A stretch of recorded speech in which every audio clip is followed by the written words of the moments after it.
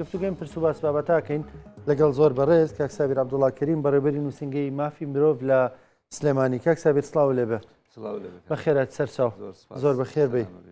کاک سابیر لە ماوەی ڕابردوودا زۆر بە ئێستا شۆقسە لەسەر مافەکانی مرۆڤ دەکرێت بۆ نمونە لە خەڵک دەدرێ خەڵک دەکوژرێ لەسەر کۆمنت و ئەم بابەتانە، ینی بەگشتی ئەوەی کە ئێوە تێبینیتان کردووە و دۆکمنتتان کردووە ڕەوشی مافی مرۆڤ چۆن ئێستا لە هەرێمی کوردستانە؟ بەڵێ زۆر سپاس کاکڕانکۆ. وەڵامی سەرەتا حەزەکەم لەم بینبەرەوە لێرەوە بە ناوی دەسەی سەربەخۆی مافی مرۆڤ بە ناوی نووسینگەی مافی مرۆڤ لە سلێمانی پرسە و سەرخۆشی خۆمان ڕابگەێنین بۆ جانە دەزانی ڕۆژنامەنووسی بەتوانە کاکە هەڵکەوت عەزیز و پرسە و سەرخۆشی ئاراستەی ماڵبات و بنەماڵە بەڕێزەکانەکەین. هیوادارن و داواکارین لە خوای گەورە کە کۆسکرد و بە بەهشتی بەرینی خۆی شاد بکات. گەرێمە وەکو سەرەتایەک بچینە ناو چەمکی پاراستنی مافەکانی مرۆڤ لەسەر ئاستی دنیا و لەسەر ئاستی هەرێمی کوردستان بە تایبەتی ئێمە توانینەوە بڵێن کە جێبەجێکردن و کارکردن و پاراستنی پرەنسیبەکانی مافی مرۆڤ و بنەماکانی مافی مرۆڤ خۆی مەبدەئە بەڕاستی مەبدەئە و بیر و باوەڕە، یعنی ئەمە بێ لای ئێمە وەکو کۆمەڵگەی کوردستان ئەو بنەمایانە و ئەو چەمکانە بچەسبێت.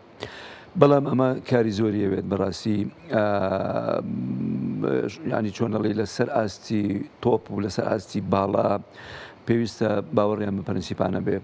کاری لەسەر بکەن دام و دەستگاکان، ینی ئەم جۆرە مەبدەئە ئەم جۆرە بیر و باوەڕە شۆڕ بێتەوە بۆ خواری خوارەوە. بەڵام بەداخەوە ئەمە تا ئێستا نەکراوە کە ئێمە نیگەرانین لەوە هەندێک جار سێرەکەی پێشلکاری و با بڵێن زیادە ڕۆی و پێشکردنی مافی خەڵک ئەنێ ڕوو ئەدا بە کۆمەڵی شێوازی جۆرا و جۆر کامە خۆی بۆ خۆی ئەوەمان پێڵێ کە ئێمە هێشتا وەکو پێویست ئەم پەرەنسیپ و بنەمایانەمان جێبەجێ نەکردووە، کاریان لەسەر ناکەین. لەوانێ بڵێم لە هەندێک ڕۆ خەڵکانێکن لە ئاستی باڵا و لە ئاستی خوارەوە ئاستی ناوەند و ئەوانە باوەڕیان پێی نییە، بەڵام ئەکرێت ئێمە بە سوودوەرگرتن لەوەی کە ئێمە لە دروشم و شعاراتی خۆمانە وەکو حکوومەتی هەرێمی کوردستان وەکو حیزبە سیاسیەکان بە تایبەتی یەکێتی نیشتیمانی کوردستان لە یەکێ لە دروشمەکانی ئەنی مافی مرۆڤ مافەکانی مرۆڤ ئاشتی و برایەتی و پێکەوە ژیان و مافی مرۆڤ کە ئەمە خۆی بە خۆی یعنی پرەنسیپێکی گەورەیە مەفروزە کە لە ناو با بڵێن کاری سیاسی و لە ناو کاری ڕێکخراوەی و کاری دامەزراوەی موەسسەساتی جێگەی بکرێتەوە و کاری لەسەر بکرێ و ئەوانە ئێمە هەڵگری ئەو دروشم و شعارانە بین پێویستە لە واقعی تیۆری و لە واقعی پراکتیکیشە جێبەجێ بکەین. ئێمە تەمان بە پاڵپشتی یاخۆ بە پاڵ ینی پشتبەستن بە جارنامەکانی جیهانی مافی مرۆڤ بە پشتبەستن بە دەستوری عێراق و پشتبەستن بە یاساکانی تایبەت بە کارکردن لەسەر جێبەجێکردنی بنەماکانی مافی مرۆڤ پێویستە ئەوە کە هەڵێنجراوی ئەو بنەمایانەیە کە لەسەر ئاسی نێودەوڵەتی ساڵانێکی زۆرە بە تایبەتی لە دوای دامەزراندنی ڕێکخراوی نەتەوە یەکگرتووەکان و دەرچوونی جارنامەی جیهانی مافی مرۆڤ لە ساڵی 1948 و دواییش بە دوایە ئەو ڕێکەوتن نامە و پەیماننامانەی کە کۆمەڵگەی نێودەوڵەتی هەمووی دەوڵەتەکان واژویان لەسەر کردووە کە جێبەجێیان بکەن لە جێگایان بکەنەوە لە ناو کای سیاسی و کای با بڵێن دەوڵەتداری خۆیانە. بەڵام ئەکرێت بڵێن ئێمە هێشتا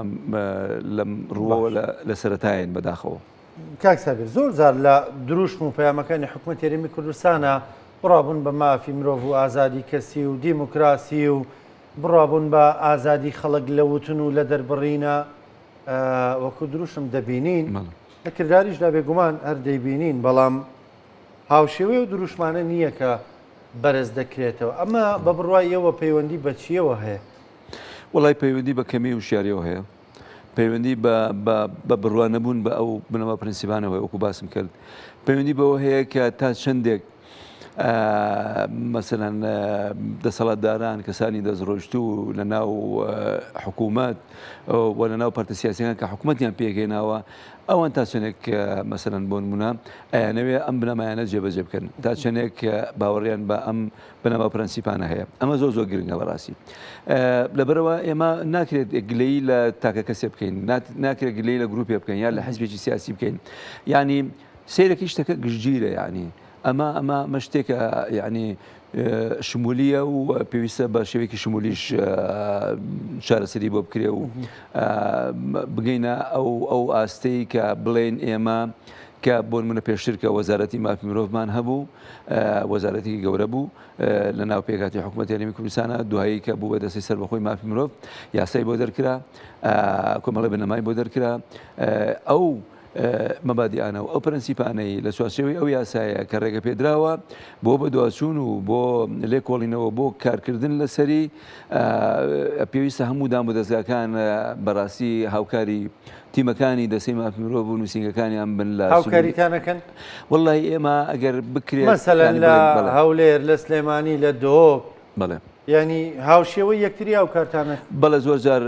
لە مەسەلەن کەیسێک ڕۆدایە سەو پێشمەرگەی کە کوژراوەکیانی لە دەست داوە با بڵێن گیانی لە دەست داوە چونکەوە بێ ئەنی لایەنە بەرپرسەکان لایەنە ئەمنیەکان دەڵێن خۆی خنکان نی ڕووداوەکە وا دەگەڕنەوە کە سوکارەکەی گومانیان لێ هەیە ڕێگە دەدەن دەستی مافی مرۆڤ سەردانی بکە بە دوایدا بەڵێ ینی هەندێک دام و دەستگا تەنانەت ینی ئەمنیەکانیش ینی هاوکارن لەوەی کە ئێمە تیمەکانمان بەدواچوون کە لەبەرەوە لە چوارچێوەی یاسایە ئێمە کارەکەین ینی ئەوە نەبێ بڵێن هەر کەسە و ئیتر باجێک هەڵگرین و بچینە بەردەمی فەرمانگەیەک یاخو دام و دەستگایەک و بڵێن کاکە ئێمە زانیاریمانە ینی ئەوێ لەسەرەوە پێویستە ئەو دام و دەستگایانە شۆڕ بنەوە بۆ ئاستەی کە دەستی سەربەخۆی مافی مرۆڤ لە چوارچێوەی یاسایەکی دەرچوو لە پەرلەمانی کوردستان لە یاساکە چیەڵێ بۆ دۆخێکیاوها دەڵێ دەبێت بچن و ڕێگریتان لێ نەکرێ و زانیاریتان دەستبێ و یاسای ژمارە 4 ساڵی 2010 زۆر بەڕوونی لە هەندێک جمگە و مادەیە باسیەوەکە کە دەستە سەربەخۆی مافی مرۆڤ بۆی هەیە بەدواچوون بکە لەو ڕووداوانەی کە لە ئەنجامی هەبوونی سکاڵایەک ینی کاڵم سکاڵایەک ینی بۆ منە یەک کەیس لە هەبوونی سکاڵەکانە و داواکاریەکانی هاوڵاتیان و دام و دەستگاکان و فەرمانگەکان و پارێزەران و تەنان ڕێکخراوەکانیش کە ئەگەر سکاڵا ئاراستەی ئێمە بکەن ئێمە مولزەمین بەوەی پابندین بەوەی کە ئێمە بچین بە چوارچێوەی یاساکەیە بەدواچوون بکەین و زانیاری وەربگرین و ینی بچینە بنج و بناوانی ئەو کەیسە بەڵام بە مەرجێ سکاڵا هەبێت ئەگەر سکاڵا نەبێت لەوانەیە ئێمە زۆر پامەند نەبین بەوە یعنی یاخود زۆر مولزەم نەبین بەوە بەڵام سکاڵا هەبێ باشترە بۆ سەلامەتی ئیشەکەی خۆمان ئەگەر نەشبێت لە حاڵەتێکە ئێمە دیسانەوە هەر بەدواچوون ئەەکەین ینی بەدواچوونتان بۆ ئەمە کەسانە کردووە کە گومانی لەسەر بۆ یا کەس و کاری قوربانیەکان گومانیان لێ هەبووە بەڵێ بەدواچوونمان کردووە و ئەوەشی کە لە ڕاگەیاندەکان ڕێگریتان لێ نکراوە ڕێگریمان لێکراوە بەڵێ کراوە بەڵێ کۆسپوتەگەرە هەیە ئەندێجار ڕێگری هەیە ئەندێجار هەندە زانیاری نادرێت کە ئەڵێ مەخصوصێتی خۆی هەیە و ئەمانە مەکەرەسێکی ئەعلامینی ئەڵێن ئێمە دەستگایەکی ئەعلامینین ئێمە دەستگایەکی ڕێخابی حقوقین ئێمە باشە ئێمە دەستەی سەربەخۆی مافی مرۆڤین نووسینگەی مافی مرۆڤی سلێمانی بۆ نمونە لە پارێزگای سلێمانی لە سنووری ڕاپەرنی لە ڕالێ مامەشە نووسینگەمان هەیە لە شەمشەماڵ هەمانە لە گەرمیان هەمانە لە دۆک هەمانە لە ئاکرێ و ینی سۆران و ئەوانە هەموو نووسینگەکان هەمان مەهام و دەسەڵات و ئەرکیان هەیە بەپێی ئەو یاسایە بەڵام بەڵێ زۆرجار ڕێگری کراوە زانیاری نەدراوە ئەسڵان وەڵامی تەلەفۆنیشمان نادرێتەوە ئەندێجار بەداخەوە ینی ئەمە خۆی بەخۆی ئەوەیە بەڵام لە سلێمانی وابێ لە هەولێر و دۆ ینی بەداخەوە زۆربەی دامودەزەکان ئەو جۆرەینە لە زۆر دیدار و کۆبنەوە و پانیێڵ و ئەوانە شایمە باسیین بابەتەمان کردووە داوامان کردووە کە بەڕێزان لە فلان دەستگا بەڕێزان لە فلان فەرمانگە ئێوە ئیسیعابی ئەوە بکەن کە ئێمە لە چوارچێوەی یاسایە ئیشەکەین دام و دەستگایەکی پێکهاتووی و دروستبووی ناو کایەی دەوڵەتداری و حکومەتداری هەرێمی کوردستانین کە پێویستە ڕێگریمان لێ نەکەن ئەسڵەن کاراسەنیمان بۆ بکەن و هاوکاریمان بکەن چی دەڵێن جوابیان چییە؟ جوابیانەوەیە ئەڵێن بۆ نمونە هەندێک کەیس یعنی زۆرە لە تایبەتمەندی هەیە زۆرێک لە داخراوی تایە ئەوانە بە نەبێتە با بڵێن لەوە تێگەیشتون مەسەلەی پاراستنی مافی مرۆڤ پەیوەندی بە سمعی سیاسی هەرێمەکەمانەوە هەیە؟ بەدڵنیاییەوە پەیوەندی هەیە زۆر یان چۆ پەیوەندیە لەبەرەوە ڕێکخراوەکانی هیومەن ڕایتس وۆچ، ئەمنستی ئینتەرناشناڵ، وەزارەتی دەرەوەی ئەمریکا، یەکێتی ئەوروپا و ئەمانە بە بەردەوامی چاودێری ڕەوشی مافی مرۆڤ دەکەن لە هەرێمی کوردستان کە تەعاملکردن و مامەڵەکردن و بەدەنگەوەچوونی دۆسیەکان و کەیسەکان کە ڕوو ئەدەن وەکو خۆی هەتا ئەوەی کە توێکاری پزیشکی بۆ کرێ بۆ نمونە بۆ تەرمێک کە ئەوە گومانی لەسەرەوەوانە بەڵە چاودێری هەمیەکان و سوودیش لە ڕاگەاندنەکان وەرەگرن، بەڵام ڕاگەاندنیش مەهام وەرکی خۆیەتی کە زۆر بە پرۆفیشناڵانەوە بە ڕازگۆیانە ڕاستیەکان بگەێنێ بە هاوڵاتیان. مختصن بەدەر لە دەستگا میدیاییەکان چی دەڵێن لایەوە؟ ناوەندە بیانیەکان بۆ نمونە چی دەڵێن لایەوە لەبارەی ڕۆژی مافی مرۆڤ لە هەرێمی کوردستانە؟ پێتان وایە ڕۆژ ینی ئەوانیش بە هەمان شێوە پێتان وایە ڕۆژی مافی مرۆڤ بەرەو باش بوون چووە یان نا بەداخۆ ئێمە بەرەو دواوە چوین؟ کاگرانکۆ ئەگەر بچن راپۆرتەکانی ساڵانی ڕابردوو ئەیج نەبێت 2 ساڵی ڕابردووی ئەو ڕێکخراوانەی باسم کرد، ڕێکخراوی ئەمنستی ئینتەرناشناڵ، هیومەن ڕایتس وۆچ، ڕێکخراوی مافی مرۆڤی نێودەوڵەتی، وەزارەتی دەرەوەی ئەمریکا، ئەگەر ئەو راپۆرتانە بخوێننەوە دەبینن کە باش قسە ناکەن لەسەر ڕۆژی مافی مرۆڤ لە هەرێمی کوردستان، باش قسەمان لەسەر ناکەن. یەکێک لەو وڵاتانەی کە بۆ نمونە کاڵێن ڕۆژی مافی مرۆڤ تایە باش نییە خراپە هەرێمی کوردستان و عێراقە بەڕاستی بەڵێ وەکو کە باسی لاوس و کەمبۆدیا و سوزانم هەندێک وڵاتی پێشەرکاری مافەکانی مرۆڤ لە ئەفریقیا لە ئاسیا ئاکرێ ئاواش باسی هەرێمی کوردستان ئەکرێت لەگەڵەوەنە ناوی مەشێنن ناوی مەشێنن بڵێ ینی هەرێمی کوردستان لە ناو راپۆرتەکەی هینی هەیە ینی سێکتەری هەیە دۆسی هەیە ینی عێراق بە شێوەیەکی گشتی بەڵێ سێکتەرێک و دۆسی هەیە لەگەڵم جاران ئێمە نمونێکی گەشت بووین لە ناوچەکە بڵێ وەکو پاراستی مافی مرۆڤ و ئازادی و دیموکراسی ئێستا توێ دەیڵی بەڕاستیەوە ینی ماینی گەرانیە بەڵێ ینی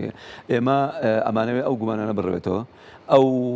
شتانەی کە ئەوترێ لەسەر ڕۆژی مافی مرۆڤ لە هەرێمی کوردستان لەسەر بابەتی پێشەرکاریەکان و ئەو تەجاوزاتان و ئەو وینانەی کە هەیە